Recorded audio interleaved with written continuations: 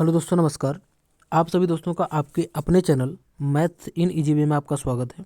जैसा कि आपको पता है, मैं आप लोगों के लिए आपके अपने चैनल इस मैथ्स इन ईजीबी में मैथ की क्लास लेके आता हूं, जिसमें आपके कॉम्पिटिटिव एग्जाम के लिए मैं वीडियो लेके आता हूं। और इस समय आप लोगों के लिए मैं एएलपी की क्लास लेके आता हूं, जो कि आपकी इसमें मोस्ट इंपॉर्टेंट PYQ बेस आपको मैं क्वेश्चन कराता हूँ, जो कि आपके एग्जाम पॉइंट ऑफ व्यू से 100% इंपॉर्टेंट है।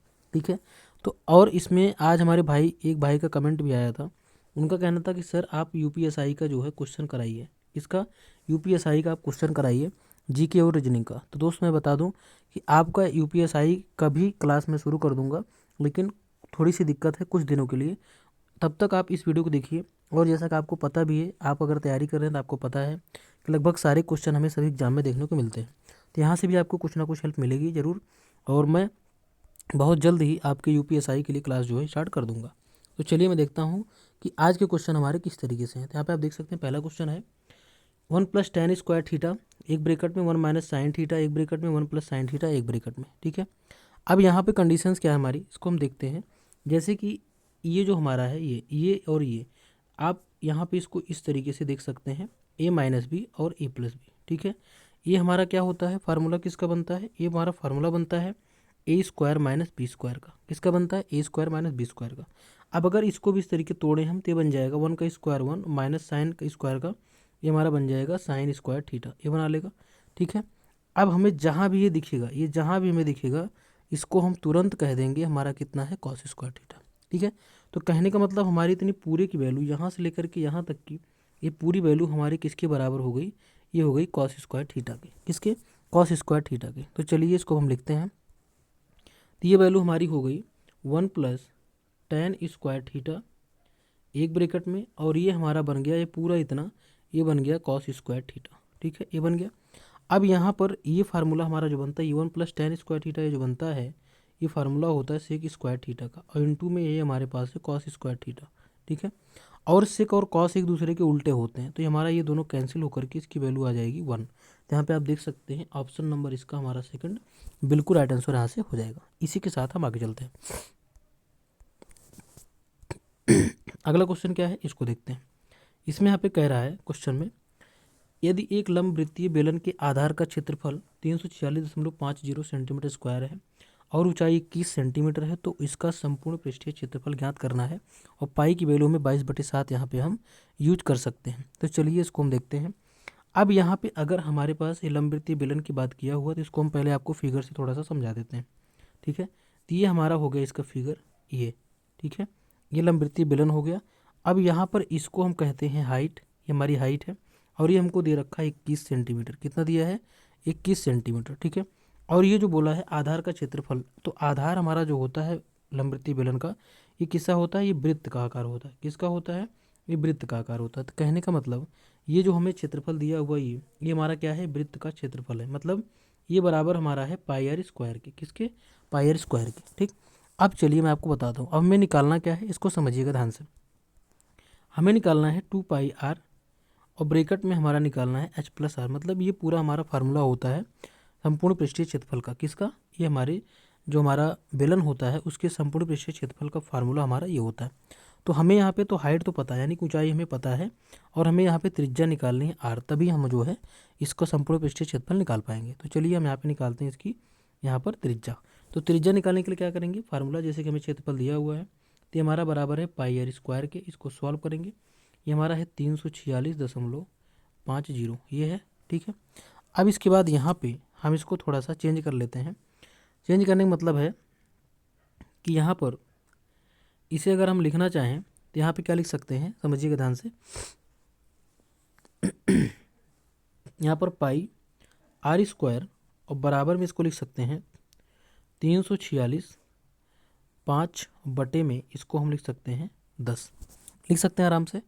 अब इसके बाद पाई की वैल्यू हमारी होती है 22/7। क्या होती है, 22/7 होती है। आर का स्क्वायर बराबर हमारे पास हो जाएगा 346, यानी कि 3465/10, ये बना लेगा। अब इसको थोड़ा सा हम और सॉल्व करते हैं, इसको इरेज करके फिर हम आगे लिखते हैं। ठीक है, तब मैं आपको समझाता हूँ आगे। ठीक, चलिए अब हम आगे इसको देखते हैं कि आगे इसको हमको करना कैसे है। ठीक है, अब यहाँ पर इसको थोड़ा सा सॉल्व करके यहाँ से निकालेंगे आर हम, ठीक है। चलिए इसको थोड़ा देख लेते हैं, क्या 2 से कट जाएगा, ये हो जाएगा 2 पंचे 10, और ये कितना हो, सॉरी 2 से नहीं कटेगा, ये 5 से कटेगा, तो ये हो जाएगा हमारा 5 दूनी 10, ये 2 हो जाएगा, ये हो जाएगा 5 छक 30, 5 छक 30, 4 34, और 5 9 45, और 5 3 15, ये हो गया हमारा। मतलब 5 छक 30, 4 34, और 5 9 45, 1 40, 5 3 15, मतलब ये हमारे पास आ गया आर स्क्वायर बराबर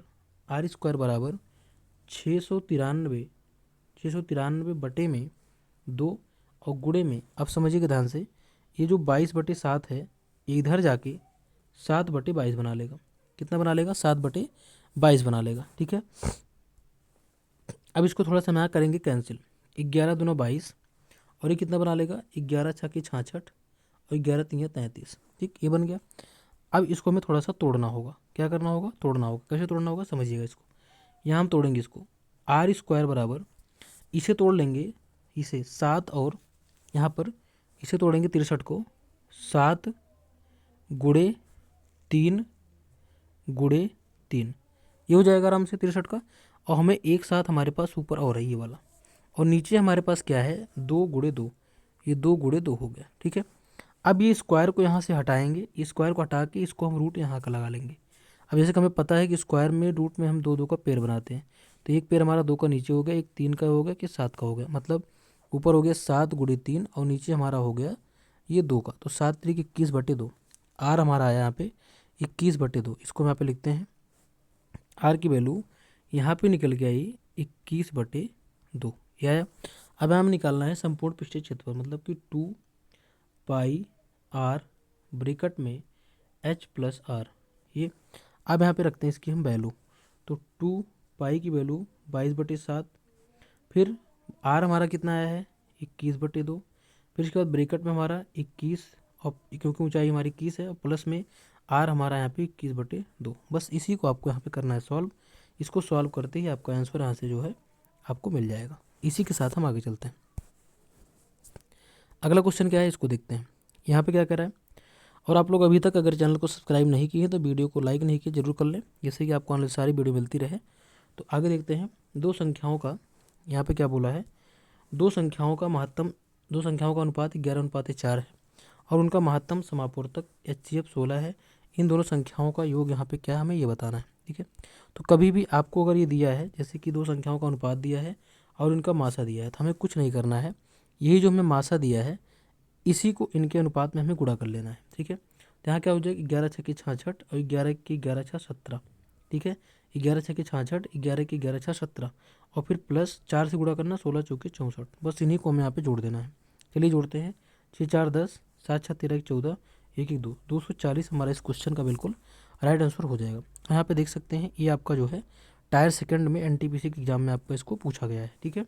मतलब कि आपके रेलवे के एग्जाम में आपका क्वेश्चन पूछा गया है। इसी के साथ हम आगे चलते हैं। अगला क्वेश्चन क्या है इसको देखते हैं।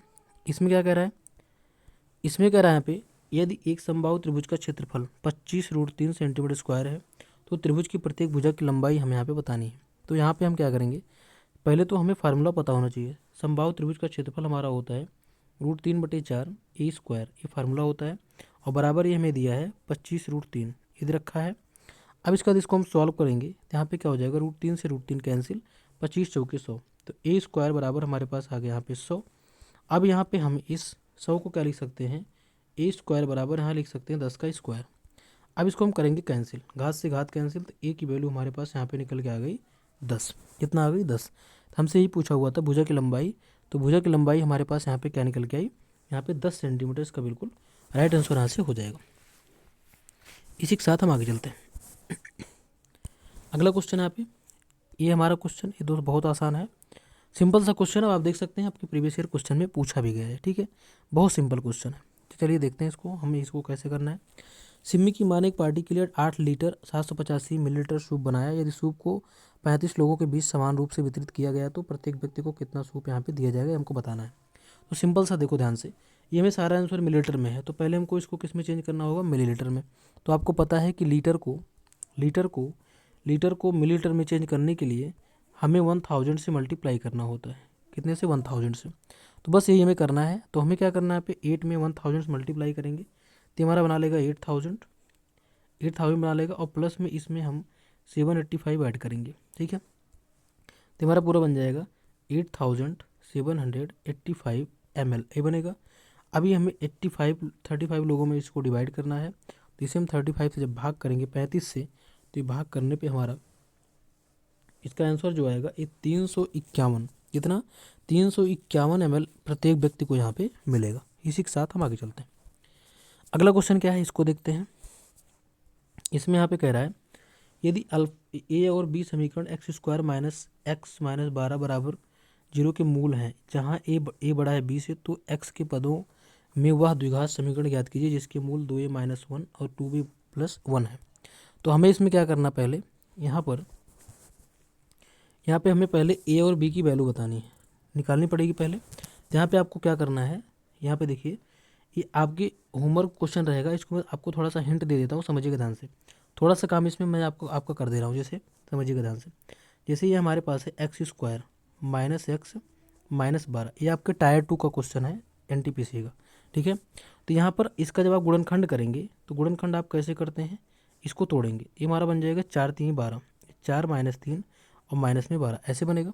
अब इसको हम यहाँ पे सिंपल सा x² माइनस ये 4, इस साथ में x बाहर रहेगा, ये 4x हो जाएगा, और माइनस माइनस गुणा होगा तो प्लस 3x हो जाएगा, और ये हमारे पास हो जाएगा माइनस में 12, ये तो है।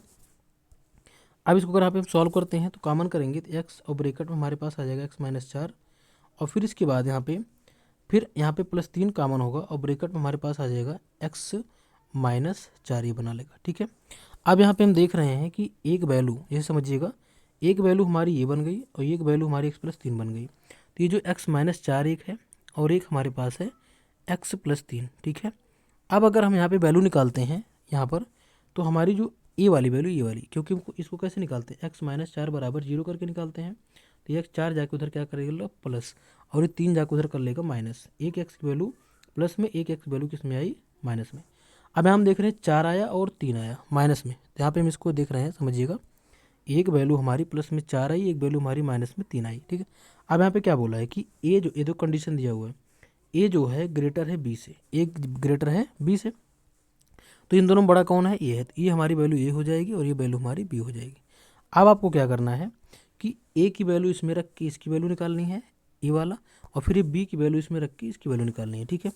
फिर आपको जब ये मिल जाएगा तो आपका बन जाएगा अल्फ़ा और ये बन जाएगा आपका बीटा।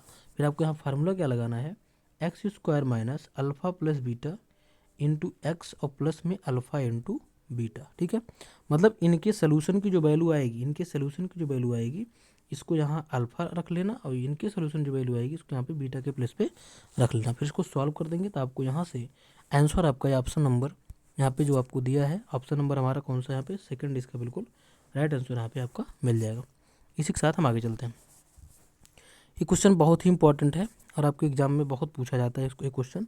इसको चलिए हम देखते हैं। 0.236 व्यवहार तो साधारण भिन्न के रूप में हमें इसको बदलना है। इसका तरीका क्या है, चलिए मैं आपको बताता हूँ।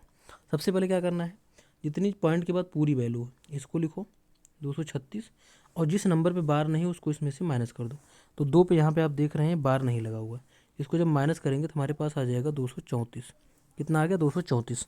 ये कहाँ रहेगा, ऊपर रहेगा। अभी समझा रहे हैं कैसे ऊपर रहेगा। तो ये 234 हमारा कहाँ रहेगा, ऊपर रहेगा। और नीचे हम लाएंगे, अब कैसे नीचे वाली वैल्यू क्या लिखेंगे, जो 2 नंबर पे बार है तो 2 बार 9 लिखेंगे, और जिस एक नंबर बार नहीं उतना बार हम 0 लिखेंगे। बस इसी को हमें यहाँ पे सॉल्व करना है। चलिए इसको सॉल्व करते हैं। यहाँ पे कितना हो जाएगा, 3 7 21, 3 7 21, 2 23, 3 8 24। इसको काटेंगे, 3 3 9, 3 3 9, ये 0 हो गया, ठीक है। अब इसको हम देखते हैं कि हमारा 2 से कटेगा, 2 3 6, 2 3 6 और 2 9 18, ये इसको 2 से काटेंगे, 2 1 के 2, 2 6 12, 2 5 ये 10 हो गया, ठीक है। अब इसको 3 से काटेंगे, ये हो जाएगा 3 1 के 3, 3 3 9, ये हो जाएगा 3 5 15, 3 5 15, 13/55 हमारा इसका बिल्कुल राइट आंसर यहाँ से हो जाएगा। यहाँ पे हमारा 13/55 इसका बिल्कुल राइट आंसर यहाँ से हो जाएगा। जैसे देख सकते हैं ऑप्शन नंबर 3 इसका बिल्कुल राइट आंसर यहाँ से हो जाएगा। तो दोस्तों आज के लिए इतना ही। बाकी अगर आप लोग चैनल पर नए हैं तो चैनल को सब्सक्राइब करें और बेल आइकन को जरूर दबाएं, जिससे कि आपको आने वाली सारी वीडियो इसी पर मिलती रहे। और दोस्तों जैसे कि जो हमारे भाई ने कमेंट किया हुआ था कि सर जो है यूपीएसआई के लिए मैथ की क्लास स्टार्ट की, मैथ और रीजनिंग की, तो मैं अपने भाई को बता दूं कि आप लोग के लिए बहुत जल्द ही इस चैनल पे रीजनिंग रीजनिंग और मैथ दोनों की आपकी क्लास जो है यूपीएसआई के लिए स्टार्ट हो जाएगी। तब तक आप इसको देखते रहें, यहाँ से आप हेल्प लेते रहें। नमस्कार।